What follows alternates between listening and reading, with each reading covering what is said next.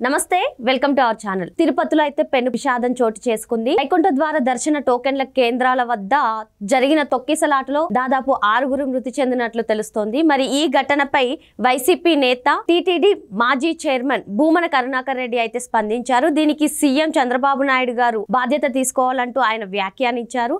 అదే విధంగా మా హయాంలో తిరుపతి చాలా బాగుండేదని, కానీ వీళ్ళు దుష్ప్రచారం చేశారని, లడ్డూలో కల్తీ నెయ్యి కలిసిందని చెప్పి దుష్ప్రచారం చేయడం వల్లనే ఇలాంటి సంఘటనలు జరుగుతున్నాయని ఆయన వ్యాఖ్యానిస్తున్నారు.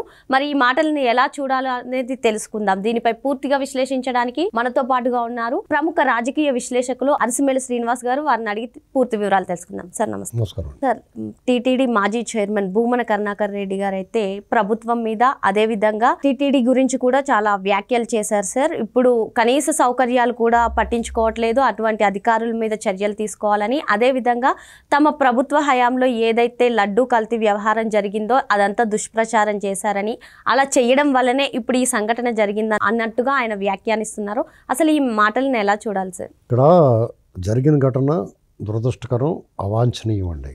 ఎందుకంటే శ్రీవారి భక్తులు వైకుంఠ ద్వార దర్శనం ద్వారా స్వామివారిని దర్శించుకుని తరించాలని చెప్పేసి వాళ్ళందరూ కూడా ఆతృతగా అక్కడ వేచి ఉన్నారు.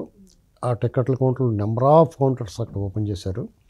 చాలా సౌకర్యాలు ఏర్పాటు చేశారు. అయినా సరే ఊహించిన దానికంటే ఎక్కువగా జనసమ్మర్దం, భక్తులు తాకిడి ఉండటం వల్ల అపశృతులు చోటు చేసుకునే అవకాశం ఉంటుందని చెప్పేసి అధికార యంత్రాంగం కొంచెం అప్రమత్తంగా ఉండాల్సిన అవసరం ఉంది. ఈ విషయంలో పూర్తిగా అధికార యంత్రాంగాన్ని బాధ్యత. 1. 2, తిరుమల తిరుపతి దేవస్థానానికి సంబంధించి పాలక మండలి కానీ రాష్ట్ర ప్రభుత్వం కానీ కొన్ని నిర్ణయాలు తీసుకోవడం జరుగుతుంది. దాన్ని అమలు చేయవలసిన బాధ్యత పూర్తిగా క్షేత్రస్థాయిలో అధికారులదే. ఎందుకంటే వాళ్ళ చేతిలోనే పవర్, పూర్తి స్థాయిలో అధికారం వాళ్ళ చేతిలో ఉంటుంది. ఆ అధికారం ఏ రేంజ్లో ఉంటుందంటే చిన్న ఎగ్జాంపుల్ చెప్తాను. ఇప్పుడు ఈఓ కానీ జేఈఓ కానీ, మీరు ఒక ఎమ్మెల్యే కానీ, మంత్రి కానీ, లేకపోతే డిప్యూటీ స్పీకర్ కానీ, ఏకంగా సీఎంఓ కానీ, లోకేష్ గారి పేషి కానీ, మంత్రుల పేషి నుంచి కానీ మీరు ఒక లెటర్ ఇచ్చి భక్తుడికి దర్శనం కల్పించండి మీరు లెటర్ ఇస్తే లెటర్ ఇలా చూసి అలా పాడేసిన సందర్భాలు ఉన్నాయి. సామాన్య భక్తుడికి వాడు మర్యాద ఇవ్వట్ల, విఐపి భక్తులు ఎవరో ఒక సిఫార్సుతో వచ్చిన వాళ్ళకి మర్యాద ఇవ్వట్ల. అటువంటిప్పుడు పూర్తి అధికారం మీ చేతిలో ఉన్నట్టే కదండి. ఇక్కడ ఈ అధికారులు, తిరుమల తిరుపతి దేవస్థానంలో పనిచేసే అధికారులు, గతంలో అయితే అన్య మతాలని ఆరాధించే వాళ్ళు ఉండేవారు. ఎప్పటికీ వాళ్ళు 300 మంది అక్కడ పైన కొనసాగుతూ ఉన్నారు. అన్య మతాలను ఆరాధించే వాళ్ళు కాకపోయినా వైసీపీ వాసన ఉన్నవాళ్ళు చాలామంది ఉన్నారు పైన. వాళ్ళని అప్పటికప్పుడు తీసేయడానికి కుదరదు. వాళ్ళలో పరివర్తన, పశ్చాత్తాపం, భక్తుల పట్ల గౌరవ మర్యాద కలిగించేలాగా వాళ్ళని దారిలో పెట్టాల్సిన బాధ్యత ఈఓ జేఈఓల మీద ఉంది. ఎందుకంటే దాదాపు 6 నెలల నుంచి ప్రభుత్వాలు మారినాయి, ఇవన్నీ మారినాయి కాబట్టి ఇప్పటికీ కూడా మార్పు రాలేదని చెప్పి అంటున్నారు. 1, పాలక మండలి వచ్చిన తర్వాత బిఆర్ నాయుడు గారు వచ్చిన తర్వాత అనేక సంస్కరణలు చేస్తున్నాడు. చాలా భక్తులకు వెసులుబాటు కల్పించి ఏర్పాట్లు చేస్తున్నాడు. ఆయన డౌన్ టు ఎర్త్ వ్యవహరిస్తున్నాడు. అక్కడ సామాన్య భక్తుల్లా కూర్చుని వాళ్ళ కష్ట సుఖాలు తెలుసుకుంటున్నాడు, వాళ్ళ ఇబ్బందులు ఏమైనా తెలుసుకుంటున్నాడు. ఇలాంటివన్నీ చేస్తున్నప్పుడు ఒక మంచి ప్రశంసలు వస్తున్నాయి. తిరుమల తిరుపతి దేవస్థానం చాలా మార్పు వచ్చింది, ప్రసాదంలో నాణ్యత పెరిగింది, భక్తుల పట్ల మర్యాదలు కనిపిస్తూ ఉన్నాయి, చాలా బాగా చూసుకున్నారు, సౌకర్యాలు మెరుగుపరచడానికి చూస్తున్నారు అనేటువంటి మనం నిత్యం చూస్తూ ఉన్నాం. ఇలాంటి పరిస్థితులు ఈ దుర్ఘటన జరిగింది. ఇక్కడ అధికారులు గుర్తుపెట్టుకోవాల్సింది ఏంటంటే, ఒక రాజకీయ పార్టీకి కొమ్ముకాయాల్సిన శ్రీవారికి భక్తులు ఎవరైతే ఉన్నారో ఆ భక్తుల పట్ల పూర్తి విశ్వాసంతో, వాళ్ళ పట్ల మర్యాద గౌరవంతో వాళ్ళకి దర్శనం వేగరం జరిగేలా చూడాలి, వాళ్ళ సౌకర్యాల గురించి ఆలోచించాలి. అట్ ది సేమ్ టైం వాళ్ళ ఆ పదవిలో ఉండడానికి కారణం వాళ్ళ చదువు, వాళ్ళ అర్హత మాత్రమే కాదు. వాళ్ళ చదువు అర్హత అయితే మరి వైసీపీ గవర్నమెంట్ ఎందుకు లేరు వాళ్ళు? అక్కడ వైసీపీ గవర్నమెంట్లో కూడా ఉండాలి కదా వాళ్ళు అక్కడ. అంటే ఆ రాజకీయ పార్టీ వీళ్ళు కొంచెం సమర్థులు అని వీళ్ళని ఎంచుకున్నారు ఈ ప్రభుత్వం వచ్చిన తర్వాత. ఎంచుకున్నప్పుడు ఆ ప్రభుత్వానికి సంబంధించిన ఓ రాజకీయ పార్టీ ఉంటుంది కదా ఆ కూటమిలో. ఆ రాజకీయ పార్టీ కార్యకర్తల పట్ల కూడా నువ్వు ప్రజలతోటి, ప్రజలను ఎలాగైతే భక్తులను ఎలాగైతే గౌరవిస్తున్నావు వీళ్ళని కూడా అలా గౌరవించి మర్యాద ఇచ్చి చూడాలి కదా. ఒక ఆయనకి నోటీస్ ఇచ్చారు, నాన్ బెయిలబుల్ కేసు. ఏంటండి ఇప్పుడు కరుణాకర్ రెడ్డికి ఏమండి, కరుణాకర్ రెడ్డి వ్యాఖ్యలు చేశాడు కదా, ఏ రకంగా ప్రభుత్వానికి చంద్రబాబు నాయుడు గారి బాధ్యత వహిస్తాడనేటువంటి నోటీస్ ఇచ్చాను, అరెస్ట్ చేయించండి, నాన్ బెయిలబుల్ కేసు పెట్టండి. దీని అంతటికీ కారణం ఏంటంటే, అసలు కరుణాకర్ రెడ్డి చెప్పాల్సింది ఏంటంటే, మీరు లడ్డూలో కల్తీ చేశారు, ఆ పాపం మీరు చేశారు కాబట్టి ఆ పాపం వల్ల ఇవాళ బలయ్యారు భక్తులు. నువ్వు పాపం చేసావు, నిన్ను ఇంకా లోపల పెట్టలేదేటని చెప్పేసి కోపం వచ్చింది దేవుడికి. మిమ్మల్ని ఇంకా ఖైదు చేయలేదేటి, నిన్ను కానీ చెవిరెడ్డి భాస్కర్ రెడ్డిని కానీ ఆ సుబ్బారెడ్డిని కానీ మీరు చేసిన దుర్మార్గాలకి, దురాగతాలకి, అక్రమాలకి, అవినీతికి, అపచారాలకి ఇంకా మీకు శిక్ష లేదు ఈ వ్యవస్థ. అందుకు దేవుడి కోపం వచ్చింది. అది ఒకటి, మీకు ఇంకా శిక్ష పడలేదు ఏంటనేటువంటిది ఒకటి. రెండు, ప్రభుత్వానికి అప్రతిష్ట, లేకపోతే పాలక మండలికి, లేకపోతే అక్కడ ఉన్న తిరుమల తిరుపతి దేవస్థానానికి అప్రతిష్ట వచ్చేలాగా, లేకపోతే చెడ్డ పేరు వచ్చేలాగా ఒక దుర్ఘటన జరిగిపోయింది.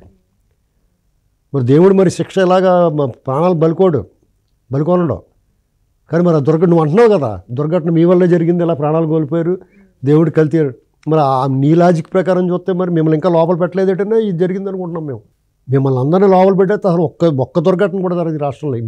మీలాంటి యమకింకరుల్ని, నరరూప రాక్షసుల్ని, ప్రజా వ్యతిరేక నిర్ణయాలు తీసుకున్న వాళ్ళని, అక్రమాలు చేసిన వాళ్ళని, అపచారాలు చేసిన వాళ్ళు ఇంకా రోడ్డు మీద తిరుగుతూ ఉన్నారు. ఇంకా మీరు ఎప్పుడైతే ఖైదులో కూర్చుంటారో, ఊసలు ఎక్కడితో కూర్చుంటారో, మీకు బయటకు రాకుండా మీ అక్రమాస్తులన్నింటి ప్రభుత్వం ఎప్పుడైతే స్వాధీనం చేసుకుంటుందో అప్పుడే ఈ భూమి మీద పంచిపోతాలన్నీ కూడా హర్షిస్తాయి. పూలవర్షం కురుతుంది ఆకాశం నుంచి, దేవతలందరూ పూలవర్షం కురిపిస్తారు.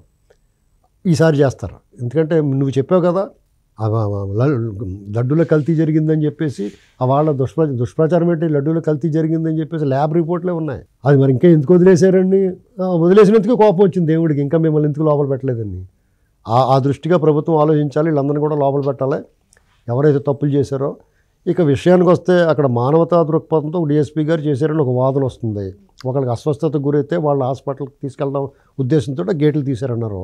ఇప్పుడు అక్కడ వాళ్ళు ఒక మైక్ పెట్టుకుని చెప్పాలి, మీరు కంగారు పడకండి, గేట్లు అప్పుడే దర్శనానికి గేట్లు తీయట్లేదు, ఒక వ్యక్తి అనారోగ్యం పాలయ్యాడు కాబట్టి వాళ్ళ హాస్పిటల్ తీసుకెళ్ళడం కోసం గేట్లు తీస్తున్నాం, మీరు దయచేసి ఎవరి స్థానాల్లో వాళ్ళే కూర్చోవడం చెప్పాలి. వాళ్ళు ఆ చెప్పడం మర్చిపోయాడు, అది తప్పే. అది చెప్పకుండా గేట్లు తీసేటప్పుడు ఏమనుకుంటారంటే, గేట్లు తీసేటప్పుడు ఒకసారి టికెట్లకి కౌంటర్ దగ్గర తీస్తున్నారేమో అని ఎవరికాడికి ఆత్రం వస్తుంది. అది మాస్. ఆ జనంలో మనం ఎవరు ఏం చేయలేం, విచక్షణ కోల్పోతారు. దేవుడి దర్శనం కోసం పడిగాపులు పడిసిన వాళ్ళు పక్కన తొక్కి చంపేస్తున్నాం అన్న ఆలోచన అప్పటికి రాదు. అది థియేటర్లో జరిగినా, పుష్కరాల సంఘటన కూడా మీరు పెట్టుకుంటున్నారు. చంద్రబాబు నాయుడు గారిని మీరు బదనాం చేయడం కోసమే మీరు ఉన్నారు. ఇలాంటి దుర్ఘటనల్లో కాలువల్లో, నదుల్లో బోట్లు మునిగిపోవటాలు, నాగార్జున సాగర్ అక్కడ జరిగింది, గోదావరిలో 2-3 సార్లు జరిగింది, ఎక్కడికక్కడ పడవలు మునిగిపోవటం, ఇలాంటివన్నీ దుర్ఘటనలు జరుగుతూ ఉన్నాయి. దేశ విదేశాల్లో కూడా జరుగుతూ ఉన్నాయి. ఇలాంటి దుర్ఘటనలు జరిగినప్పుడు అది ఒక యాక్సిడెంట్గా జరుగుతుంది, ఎవడు ఉద్దేశపూర్వకంగా ఎవడు చేయడు. కానీ మీరు చేస్తారన్న అనుమానం ప్రజల్లో ఉంది, మీ క్యారెక్టర్లను బట్టి, మీ నైజాన్ని బట్టి. అందుకని ప్రభుత్వం ఇప్పుడున్న చంద్రబాబు నాయుడు గారు కూటమి ప్రభుత్వం చాలా అప్రమత్తంగా ఉండాలి. వీళ్ళు ఎందుకంటే సామాన్యమైన మనుషులు కాదు. ఎందుకు సామాన్యమైన మనుషులు కాదు, వీళ్ళతో చాలా ప్రమాదం ఎందుకంటున్నామంటే, ఒక నేరస్తుని అరెస్ట్ చేసి తీసుకెళ్తుంటే అతను వెనక ర్యాలీగా 50 కార్లు వెళ్తుందంటే అధికార యంత్రాంగం వాళ్ళు ఎందుకు వదిలేశారు? పోలీస్ స్టేషన్ దగ్గరికి వచ్చి వీళ్ళు రకరకాల నినాదాలు చేస్తుంటే, పైగా వార్నింగ్లు ఎత్తుంటే పోలీస్ అధికారులకి వీళ్ళు ఎందుకు వదిలేశారు? మరి అధికార యంత్రాంగం బాధ్యత చంద్రబాబు గారు వచ్చి పట్టుకుంటాడు వాళ్ళ చేతులతోటి, లోపల పెడతాడా? వాళ్ళకు ఒక బాధ్యత తప్పి జిల్లాకు ఒక అధికారి ఉంటాడో, పోలీస్ బాస్ ఉంటాడో, ఇవన్నీ ఎవరి వైఫల్యం ఇదంతా. అలాగే తిరుమల తిరుపతి దేవస్థానంలో కూడా డెఫినెట్గా నాయుడు గారు చాలా మంచి సంస్కరణలు, మంచి నిర్ణయాలు తీసుకుంటున్నాడు. ప్రజలు, ఆ భక్తులందరూ హర్షిస్తున్నారు, ఆమోదిస్తున్నారు. ఇవాళ ఆయన మీద దొప్పు దగ్గర ఉన్న వాళ్ళు ఉంటారు కొంతమంది, ఆయనకు ఆ పదం వచ్చిందని ఏడ్చి వాళ్ళు ఉంటారు, ఆ పదవిని ఆశించిన వాళ్ళు ఉంటారు, అది వాళ్ళకి దక్కకపోక ఈయన దక్కిందని ఏడ్చి వాళ్ళు ఉంటారు. అలాగే ఆయన వ్యాపారంలో ఆయన ప్రత్యర్థులు ఉంటారు. వాళ్ళందరూ కూడా దొరికాడు కదా అని చెప్పేసి ఆయనకి ఏంటి సంబంధం? ఇక్కడ మీ దమ్ముంటే ఈఓ మీద మాట్లాడండి, జేఈఓ మీద మాట్లాడండి, వాళ్ళే బాధ్యులు దీనికి. అంతే కదండి. ఇప్పుడు అక్కడ ఆయన ఒక నిర్ణయం చేస్తాడు, అసలు ఇవన్నీ గోల ఎందుకని చెప్పేసి ఆన్లైన్ ఇచ్చేస్తే గొడవ వదిలిపోద్ది. మీకు అన్నట్లుగానే ఏంటి చెప్పమంటారా? వైఎస్ జమానాలో కానీ, వైఎస్ జగన్మోహన్ రెడ్డి జమానాలో కానీ సామాన్య భక్తులకి ఇలాంటి జరగలేదని చెప్తున్నారు వాళ్ళు. ఎందుకు జరగలేదంటే వాళ్ళు అన్నీ అమ్మేసుకుంటారు బ్లాక్లో. అసలు మీ టికెట్లు ఇచ్చి ప్రసక్తే ఉండదు వాళ్ళకి, డైరెక్ట్గా అమ్మేసుకుంటారు. ఇంకా అప్పుడు ఇంక గొడవలు ఏం జరుగుతాయి? ఇప్పుడు మీకు ఒక థియేటర్ ఉందండి, దేవుడిని థియేటర్ని పోడుతున్నారు అనుకోకుండా, థియేటర్లో ఉన్నది టికెట్లన్నీ అయిపోయినాయండి, అక్కడ ఎవరు రాడు కదా, ఎవడు బ్లాక్లో అమ్మేసుకుంటే. వీళ్ళు ఇంకా సామాన్య భక్తుడు చేరువ చేయాలని రకరకాల ఆలోచన చేస్తూ ఉన్నారు. ఇంకా వేగవంతంగా దర్శనం జరగాలని చెప్పేసి ఈ ఆలోచన చేసినట్టు ఇలాంటి ఘటన జరగడం దురదృష్టకరం. ఎవడో నోటికి వచ్చినట్టు మాట్లాడితే అందరిని లోపల పెట్టాలి. అప్పుడు దారిలోకి వస్తారు. ఈ దుర్ఘటన జరగడం ఆటోమేటిక్గా ఆగిపోతాయండి.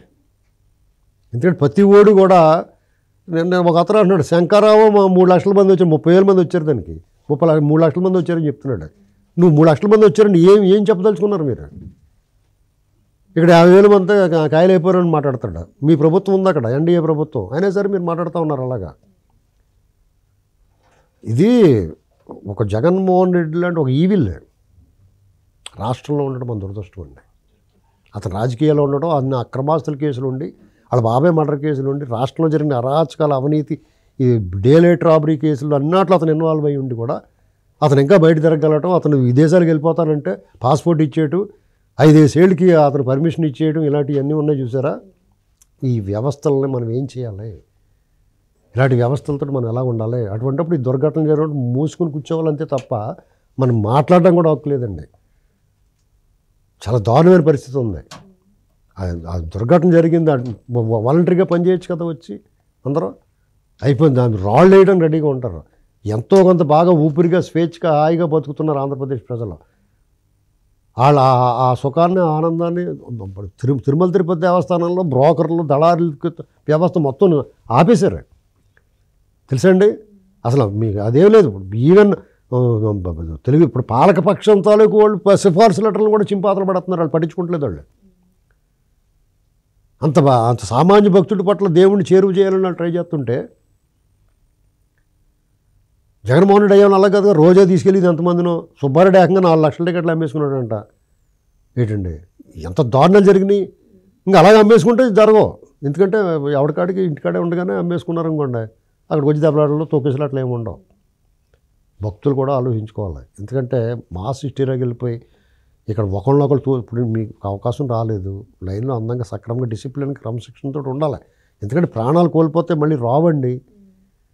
వాళ్ళ పిల్లలు కుటుంబాలు ఎంత బాధపడుతూ ఉంటాయండి. ఏదో పుణ్యానికి వెళ్తే పాపం ఎదురైందన్నట్టు ఉండదు. మనసు కలిసి వేస్తూ ఉంది ఇదంతా చూస్తుంటే. ఎవరిని నిందించాలో తెలియదు. ఇలాంటి విషయాలు జరిగినప్పుడు ఎవరి మీద బురద జల్లకూడదు, వాళ్ళు రాజకీయాలు మాట్లాడకూడదు. కానీ ఆ సన్నాసులు మాట్లాడుతూ ఉంటారు. మాట్లాడినప్పుడు కౌంటర్ ఇవ్వకపోతే అది నిజం అనుకుంటారు జనం. దాన్ని బట్టి ఇంకోటి మాట్లాడుతూ ఉంటాడు. ఒకడు ఎందుకు బొట్టెట్టుకుని వచ్చి మాట్లాడతాడు. వాళ్ళు ఏదో హిందూ మత ఉద్ధారకుల్లాగానే. ప్రతి హిందువు మత ఉద్ధారకుడే. ఎందుకంటే రోజు దేవుడు దండం పెట్టుకుని బొట్టెట్టుకుని ప్రతి ఓడు కూడా హిందూ ధర్మాన్ని ప్రచారం చేసినట్టే. హిందూ మత ఉద్ధారకుడే. కొత్తగా మీరేం రావక్కలేదు, మీకేం కొమ్ములు లేవు, 4 ఏమి లేవు. జనాల మధ్య విద్వేషాలు రెచ్చగొట్టకండి, రాజకీయం చూడకండి, ఓట్ల రాజకీయం కింద మార్చకండి, మతాన్ని ఓట్ల కోసం వాడకండి. కానీ వాడేస్తున్నారు మన దురదృష్టం. జనాల తాలూకు ఒక మనోభిప్రాయాల్ని మనోభావాల్ని గౌరవించిన మీకు చేతకాని మీరు 5 సంవత్సరాలు జగన్ చేసిన అరాచకాలమే మాట్లాడిన వాళ్ళు ఇప్పుడు మాట్లాడుతూ ఉంటారు. అసలు ఎన్ని అనర్థాలకి మూల కారణమైన తిరుమల తిరుపతి దేవస్థానాన్ని ఎంత అపవిత్రం చేశారో, ఎన్ని అపచారాలు చేశారో. పుల్లు వచ్చి తినేసి వెళ్ళిపోయింది అక్కడ చిన్న బిడ్డని. దాన్ని సరిచేయటం చేతకాలేదు, కర్రలు ఇచ్చుకుని కొట్టండి అన్నారు. వీళ్ళు మాట్లాడుతున్నారు కరుణాకర్ రెడ్డి అన్నవాడు. అసలు అతను బయట తిరగనత్తం వీళ్ళు చేసిన తప్పు. అతని హయాంలో అంతకుముందు ఇప్పుడు ఎప్పటికీ వాళ్ళ మనుషుల పైన ఉన్నారు. ఎప్పుడైనా సరే ప్రభుత్వం చాలా కఠినమైన నిర్ణయాలు తీసుకోవాలి. ఇప్పుడు అర్జెంటుగా నోటీస్ ఇవ్వాలి కిరణ్ కుమార్ రెడ్డికి, కరుణాకర్ రెడ్డికి నోటీస్ ఇవ్వాలి. నాన్ బెయిలబుల్ కేసు పెట్టి లోపల పెట్టేయాలి. ఈ రాత్రికి అరెస్ట్ చేయాలి అతను.